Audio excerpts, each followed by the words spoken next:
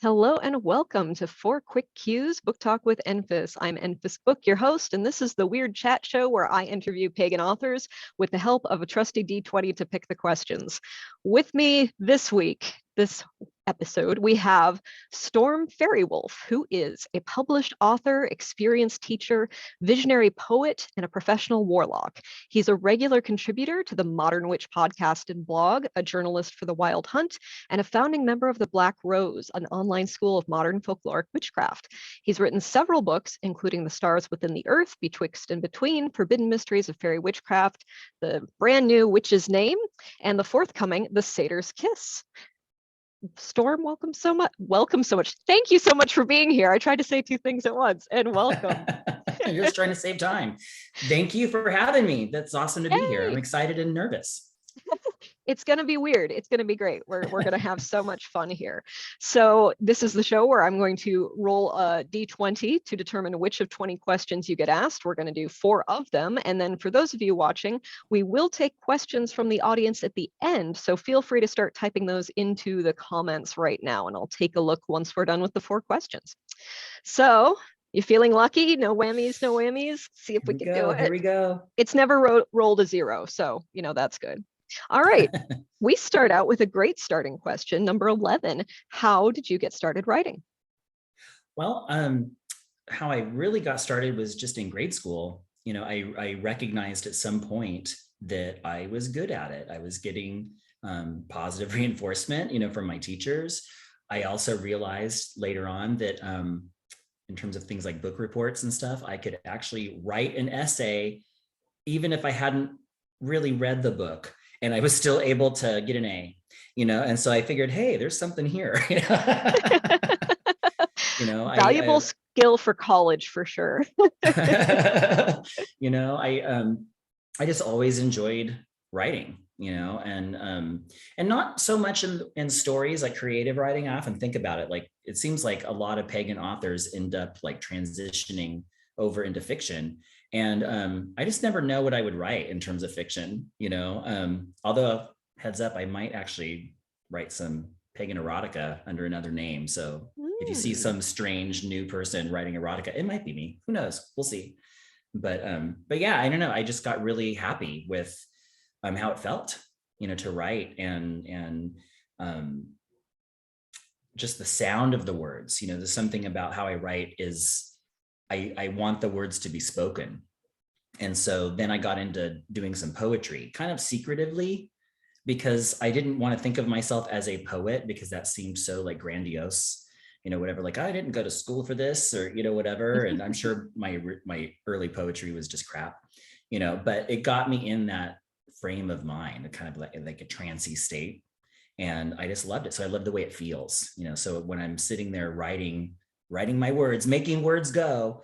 I just love how that feels to me. So that ended up being kind of like my big thing. That's awesome. When did you start writing poetry, out of curiosity?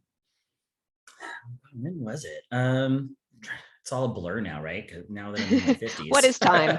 Yeah. What is right? time? Time doesn't exist except when we have to give up an hour. Yeah. I probably started writing poetry like about 19 or 20. Okay. And I mean, maybe a little bit before then, but I didn't really think about it because I would write little sing-song things for spells, before that. But I didn't really consider that poetry at the time. Poetry was, after I had a horrible breakup, and then I was just like pouring my cheesy heart, onto my, binder paper. So that was probably like 1920. Because I know it was before I got together with my husband, and we were 22 when we got together, so we were babies. But then it was ever since then. I've really mostly focused my poetry on pagan themes, but also on love, and I was really inspired by Rumi, and so that Rumi was something. Oh, I can't. It's like I love Rumi so much I can't stand it, I wonder if it's still around. There's this great recording that I had heard years ago. I think it was called A Gift of Love. And it was narrated by Deepak Chopra. And it was love poems of Rumi, but they were read by a whole bunch of different celebrities. Oh, cool. And so like Goldie Hawn read one of them. Madonna read one. Rosa Parks read one. Oh, And it wow. was amazing. And they had music behind it. And it's one of those things that I find like so inspiring and just kind of gets you in that mood, that ecstatic creative fire, you know. Oh, yeah. There was an app I had for a while called the Love Book, and it was classic love poems read by various celebrities, including like Tom Hiddleston and I think Emma Stone and like a whole bunch of different folks. And it really does breathe such interesting life into the poems if you've only ever read them as opposed to heard them before. It's Right. really awesome. There's something about just the spoken word and with poetry, just like, I don't know, the cadence, and there it is Mhm. so trance inducing. I find, in fact, even just kind of thinking about it, my body starts to move, and the kind of rocking, and you find Mhm. this rhythm, with the Mhm. words, and that's just something that's really affected me, my whole life, and that kind of also led into other areas of my pagan work, which is like leading trance journeys, which Mhm. and which is one of the biggest things that I do, and really kind of taught me like, hey, this is what you're here for, and but being able to use my voice and my words to get other people into this kind of sing song trancy liminal space, is just, I find it delightful. Awesome. All right, let's try another roll here. Dun, dun, Ooh, we get dun. 19, almost a critical success. We haven't had a crit Ooh. success yet. We had critical fail last time, but we haven't done a Oh, success I yet. heard. Yeah. Yeah. So, 19, what is the best thing anyone has said to you about a book you've written? Well, there's two things. One, I think the best thing that anybody has said and can say is that they find it useful, Mm.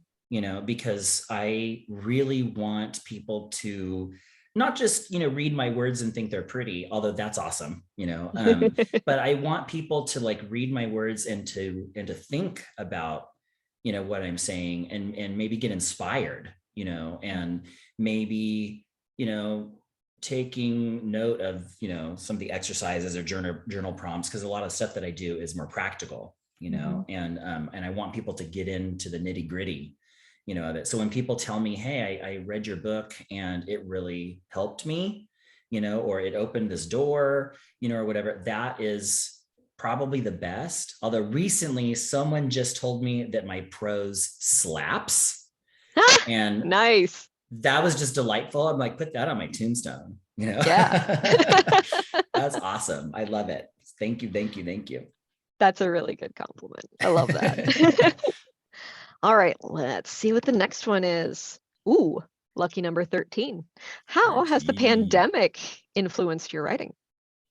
I almost hate saying this because I want to preface it by acknowledging that the pandemic obviously is horrible for a lot of people and has really been a source of stress. And I almost had the opposite experience, with Mm. it. We had a store for many years, the Mystic Dream in Walnut Creek, California. And I had worked there before it was the Mystic Dream. It was a thing. It was like our whole lives for so long. I started working there when I was like 23, Oh, 24. wow. And when COVID hit, we made the decision to close the doors because there was Mm. no way we could maintain the rent and all that. So I was like, well, if we're going to be staying home and focusing on online stuff, I really need to write. And so I went to Llewellyn and pitched 2 books. And I may have pitched them a little before the pandemic started, to be honest. Mm. Yeah, because everything was a blur. And I did have to kind of extend my deadline on one of them a little bit because it was just crazy. And then we closed the store and it was like the whole store was in my living room. It was bad. But for the most part, the pandemic really allowed me to focus on what I really want out of my life and career. Mm. And so I wrote 2 books, during this lockdown. And it was hard and it was stressful, and I'm so glad it's done. I don't think I will ever pitch 2 books at the same time ever again. In fact, I'm convinced that the next time I pitch a book, I'm going to have it at least mostly written, before I Mm. before I do that. because deadlines, man. But if it wasn't for deadlines, I wouldn't get anything done. I'm going to be honest. You know, I'm a Pisces with a Gemini moon. It's a lot of this and a lot of that. But yeah, I just feel like the pandemic allowed me to focus on what it is that I really needed to do, and not having the store really did allow me to do that. We're still able to, you know, make our living. We kind of revamped our online school, you know, during that time as well. And that's Modern Witch University. And we've got some online classes, including the Black Rose Witchcraft course that you mentioned, you know, earlier. And so between that and our online store and our books, we're making it. I'm just, you know, we're hoping next year it'll be a little bit better, you know, just kind of build. But I say that with as much, you know, understanding and awareness as I can, because obviously the pandemic has been really difficult for a lot of people. So I don't want to come across as like flippant, that like, oh my God, it's been great for me. You know, it's been stressful for me too. We've had some weird stuff with, you know, families and, you know, who's getting vaxxed and who's not getting vaxxed and like all of that crazy stuff. And luckily all that seems to be working out now. But I know a lot of people have had it way worse, you know, than we have. So, but it did help, you know, with being able to have time to write. If I'm just home with my dogs all day, you know, whatever, I can easily just, you know, go into my temple room and close the door and not have to listen to anybody watching TV or, you know, whatever else is going on. And I could actually get that written. So that was nice. So I'm really happy now that we just work from home. I'm looking forward to being able to do many more writing projects as we go forward. Yay. Fingers crossed. Awesome. Yeah, I think I'm actually sort of excited about what kind of creative works are going to come in the next couple of years as a result of some people suddenly having the time for it during the pandemic. And of course, not everyone's creativity is enhanced by a time like this. So like some people who are used to producing a lot of stuff may not have been doing so, and that's totally fine and understandable too. But for those of us who like thought, well, what am I going to do now? Okay, this is a thing I can do. I think we're going to hear from a lot of new authors in the next couple of years, which I think is pretty awesome. So I think that's exciting, you know, because I'm definitely a fan of more voices. And I think so many people have stuff to say, and a lot of people who have really, I think, important things to say might not otherwise say them, you know, because they think, oh, well, who am I to say this, or, you know, whatever. But I think something like this does kind of shake us, you know, out of our complacency. And so I'm seeing a lot more people who are standing up and like, oh, I'm gonna, if you can do this, I can do this. Like, you're absolutely right. You know, it's not, on one level, it's not that hard. On another level, it is. Like, writing a book is hard work, you know, as you know, because you wrote a fabulous book. I got to read it and it was awesome. Thank you. And but it's not that hard if you actually just make the time, you know, and sit down for it. But I think that was a big thing that was stopping people. You know, they just didn't have the time. And now that a lot of people are not commuting and they're reassessing like what it is that they want to give to a potential employer and what they don't want to give, I think we're going to see a lot more creative projects, just like you said, over the next couple of years. I think it's going to be exciting. Yeah, I'm really psyched. All right, last one. Let's see if we can get a critical hit. Nope, we got a 2. We got a 2. We got a 2, but 2 is good. It's tell us about a collaboration or a collaborative work you're excited about, either yours or someone else's. So good. I get to talk up one of my partners' works that's coming out. So Matt Oren, who wrote Psychic Witch, his next book is Mastering Magic. And that has a lot of different contributions from a lot of different witches and pagans and psychics. And I've written for it, and it's just really exciting. I love to see where he's taking, you know, this new work. And one of the things about Matt is for years, kind of his brand, you know, his personality has been about lifting other people up, you know. And so I love that he just, you know, even though he's this glaring success right now, right? You know, if you look on big Amazon, bestseller, like big number one, even with pre-orders. It's like, I almost don't know if I should say anything. It's like, like next month it will overtake some of like the old school, like really important Wow. bestsellers. And it's like, what? It's crazy. If the sales continue, which of course they will, it's been crazy.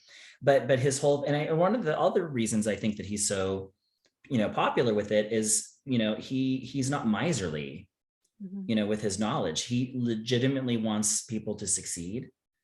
And I know that for sometimes that makes some people suspect. I know like years ago, people were like, oh, he can't really be that nice, and I would get that too. So I'm like, I totally feel you. People think you have an ulterior motive, when you're being nice to people. I'm like, no, I was raised with Sesame Street, so I don't know what to tell you. That's just how that was.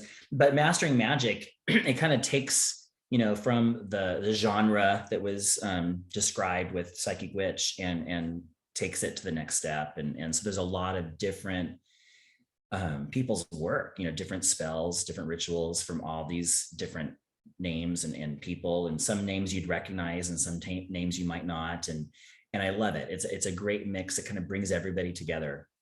And so I'm really excited about that. And that's already like on a bestseller list. It's not even out. It comes out in October, so I'm like, really? Okay, there you go. But I'm really excited for that. Also, I'm excited that he's done writing it, because that was a long time. He was writing this and the deadline was moving and, all that kind of stuff. And he was so stressed and, all of that. And so now I can actually hang out with him in the living room and we can actually just have conversations again. So that's nice too. That's fantastic. I'm really looking forward to that one. And you're right, Matt has been so incredible. I'm nobody. Nobody knows who I am, but he's been great about boosting, retweeting some of my stuff about my book, which is really nice. And I've had really great interactions with him online. So that's he's really awesome. Genuine. I mean, that's the thing is, and I think that people are intimidated by that. Because a lot of people are like, oh, you have to be on your guard. And I get that. Sometimes I'm on my guard because, being in this community as long as I have. And also I will say, coming from the fairy tradition, that also has its own kind of reputation for not exactly being filled with the nicest people. And so I've certainly had my share of, not nice interactions. So I do have a little bit of that on guard. But at the same time, I also love people. And it's one of the reasons I think that Matt and I get along so well is we're both we're both Pisces too. His birthday is like the day after mine, so, joint birthday party. I love people. Right. Exactly. I told him, I'll share my birthday with him, but I won't make him share his with me. Because I'm older. I've had many more years of having, my birthday all to myself. So no, I don't mind sharing. But awesome. But yeah, I'm really looking forward to that, and I think that people are going to be really happy with it. Well, and speaking of collaborations, one of the things I really appreciated about your new book, The Witch's Name, shamelessly promoting here, is all the other folks you quote and who have little things to say about how they chose their magical name, including Matt Oren, and several other folks prominent in the community, and how names are important to them and what kind of sources they drew from. It really is a phenomenal book with a lot of great research in it, and I've already recommended it to a bunch of people. It's great. Thank you very much. Yeah, if you would like to tell, go ahead. I was gonna say, I was just really excited that that people were willing to share their stories, about how they came across their names or had advice on, what people might consider, because some of that stuff I was like, oh yeah, I didn't think of that, so it was nice to get other people to kind of jog my memory, and kind of make it a little bit more real for me. Like, oh, okay, it's, this is nice. But we have people like, Phoenix LaFay, Gwion Raven, Durgadas Alon Duriel, Laura Tempest Zakroff, Anar. I hope I'm not forgetting anybody. Soulfire, I think, was in there. I don't know if he's still in there, but they're all friends of mine. So it was pretty easy, and I'm not going to name names, but there was a famous pagan author who I thought, oh, they would be perfect for me to contact for this, but they had blocked me on Twitter. It later turned out it was a mistake. They didn't block me anymore, but I was like, but at that point it was too late. But but that was okay. But I was like, oh, I have to get this one person because they have a name kind of like mine. And then I was very shocked. She's like, what did I do? It turned out I didn't do anything. They didn't even know they had done it. It was just one of those things. But like for months, I was like, wonder what I did. But yeah, Twitter does that to me sometimes where it'll just like randomly unfollow people I've been following for years. They're like, why aren't you following me anymore? I'm like, I thought I was. And then I go and check and I'm like, how did that happen? Because I certainly didn't go to their page and go unfollow, like just happened.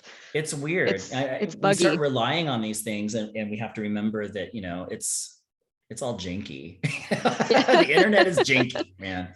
So, but yeah, so I was like, oh, okay, it wasn't me. And here I was like, what did I do? Is it because I was political?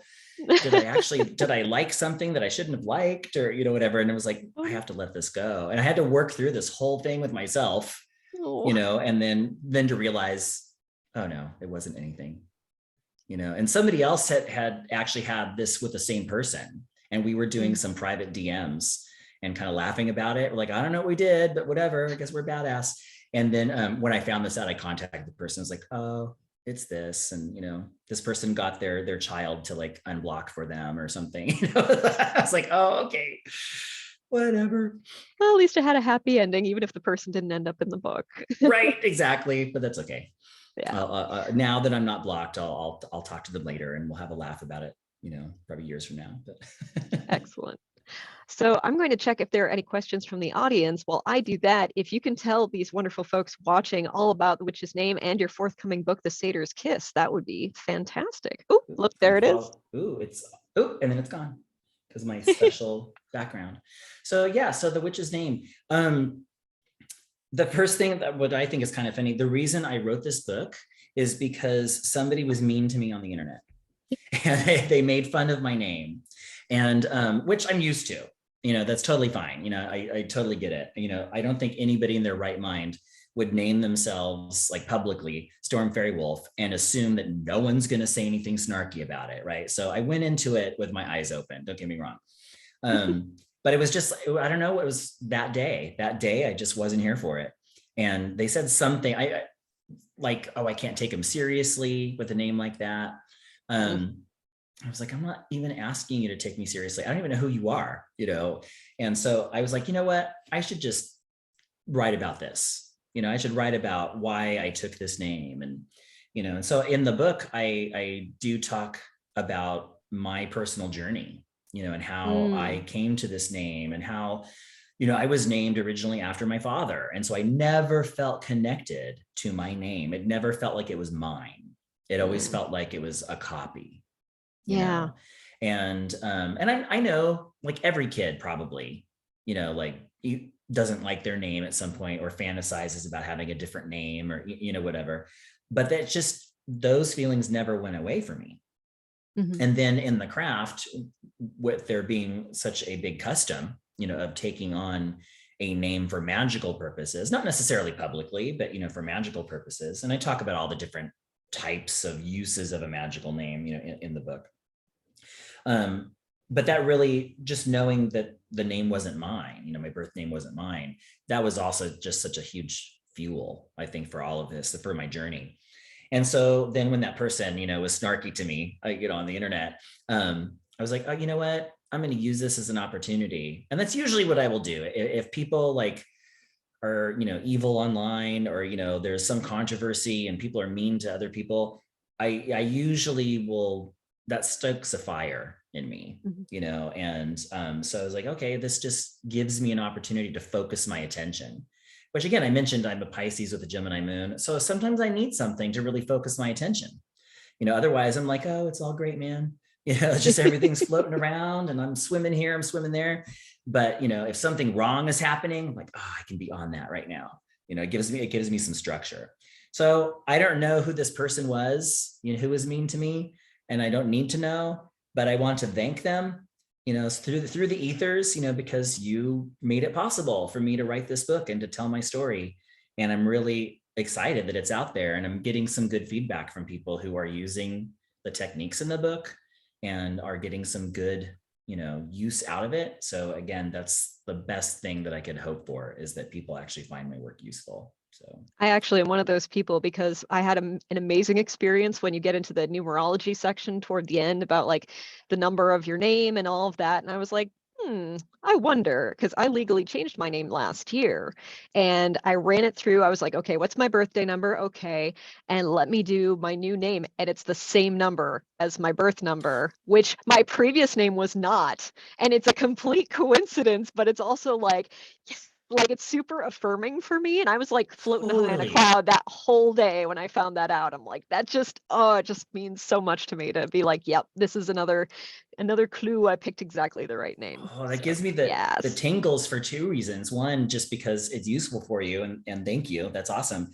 But also, I had a similar thing. Now, my birth name, my legal name, did actually match my birth numerology. So that was another thing, like, oh, do I really want to change it? Because it's like, I was like, well, yes, I do want to change it. Yeah. But then when I chose my name, it just was so obvious that it was right that I didn't check the numerology. And because I was like, I don't need to. And then like later I was like, but I should check it and see what it is, whatever. And wouldn't you know it, it matched. It was like, it matches my birth. My number is 7. And so yeah, lucky number 7. Yeah. I saw that in the book. Yeah. Mine is also my lucky number, but I'm not going to say what it is. So I was like, oh, that's cool. It's my lucky number. And I'm like, oh, all right. Totally. Yeah. And I'm also excited that in particular was something in the book that you enjoyed and found useful, because I almost didn't want to put it in there because to me it was so basic. It was like, well, every book I've ever seen that had anything to do with like magical names is talking about this process. And so I kept it because I was like, well, if I don't have it there, then it's not complete. Someone will ask about it or something. Like, yeah, why didn't you include this thing? Yeah, exactly. And to me, it's so foundational, like you really need it. But I was like, well, do they need it though? I'm sure there's other books, but then it came down to it not feeling complete, so the fact that you actually enjoyed that part of the book that just tickles me. So yay, thank you for that. Now you have this other book coming out, The Satyr's Kiss. And just so folks know, I have dropped links to order Witch's Name and Satyr's Kiss and to follow you online into the comments. And they'll be in the comments on the YouTube as well. So tell us more about the next book coming out. Yeah. So it's quite a couple months for me, right? This book just came out beginning of this month in March. And The Satyr's Kiss comes out the beginning of May. And I don't have the book right now. I can't hold it up. If I did, it would disappear anyway, we know. But so the subtitle is Queer Men, Sex Magic, and Modern Witchcraft. And so it really is, this is actually the first book that I wanted to write, going back to like kind of my early teens, when I was 14 is when I formally dedicated myself to the craft. And so I'm talking like probably 15, 16 is when I was like, I want to write this book. And, but it wasn't time. This was the time. Now I have the life experience to actually do it justice. I did not, at the time. But the main thing was I never saw anything out there that was specifically sex magic for queer men. And when it was mentioned, it was always like as an aside, to the more heterocentric, stuff. And I get that because most of the authors were heterosexual or heterocentric at least. And, but there were certain things in traditional sex magic that I found completely heterosexist, and it was just expected that as queer people, you were just going to buy into that too, and I just always knew that like, no, we've got our own mysteries, we can do our own magic, I'm not here to say that like the straight magic is bad, or whatever. But it might be bad for queer people at times because it does nothing to center us in our own experience. It was like we're always an afterthought. We were always just an aside, like, oh, you can do this too if you're prepared to act like a real boy, if you're prepared to act like a real girl, whatever. And it's like, oh, wow, I know you don't even know how offensive you are, but and of course, when I first came into paganism, there was still that idea of like, we have to line up in a circle, boy, girl, right? I'm like, is this kindergarten? What's happening? The answer is yes. It's pagan kindergarten. And obviously that doesn't happen as much anymore, But I will say it happened to me even at a queer pagan festival. I'm not going to name names, but I was like, what? I went and gave a keynote speech, and I was talking about the need for queer people to move beyond polarity in our magic. And then when I was done, the main ritual started, and it was literally about polarity. And, you know, all of us were queer men too, by the way. And they're like, oh, basically go in this camp if you feel more feminine, and go in this camp if you feel more masculine. I was like, why are we even using these terms? I don't understand this. They're not opposites. Right, exactly. But I keep saying masculine and feminine are not opposites. No, it's like, if you look at the spectrum of a rainbow, you're not going to tell me that like this is opposite that, you know, whatever. Right. They exist in a continuum, you know, and but I don't know, we still have an uphill battle, but well, we're battling uphill then. That's just what we got to do. Keep talking about it. Exactly. Keep spreading the good word. Darn right. Well, we don't have any questions from the audience, but I did want to tell folks who they can look forward to on the upcoming episodes.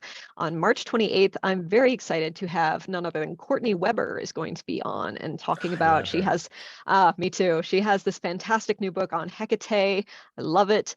And then the day after, we got a twofer for 4 Quick Cues, although I think I'll be branding it slightly differently.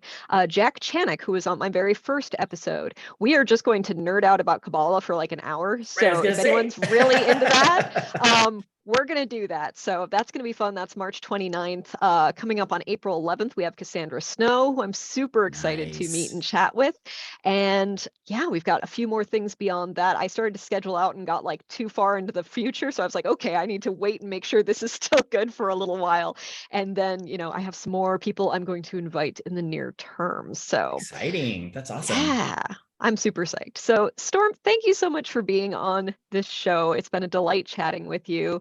I will be uploading this to YouTube. For those of you watching on Facebook, maybe just catching the end, you can find it on YouTube afterwards. And I hope everyone just has a lovely rest of your day. Thanks for having me on. It was a pleasure. Thank you. Thank you so much.